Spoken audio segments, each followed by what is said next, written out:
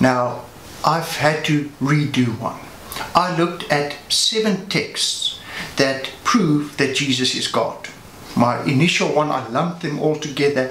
It was too long, so I've decided to shorten it, deal with each of these 7 texts individually.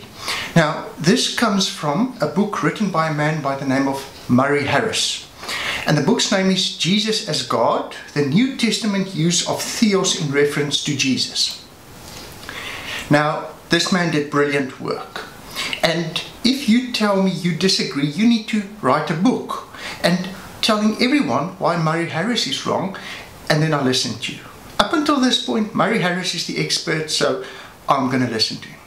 The 7 texts are John 1 verse 1, John 1 verse 18, John 20 verse 28, Romans 9 verse 5, Titus 2 verse 13, Hebrews 1 verse 6, and 2 Peter 1 verse 1.